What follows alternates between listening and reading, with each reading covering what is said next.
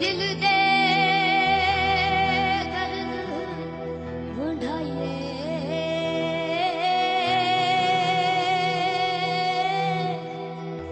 ਤੂੰ ਹੋਵੇਂ ਇੱਕ ਮੈਂ ਹੋਵਾਂ, ਕੋਈ ਦੁਨੀਆ ਨੂੰ ਭੁੱਲ ਜਾ।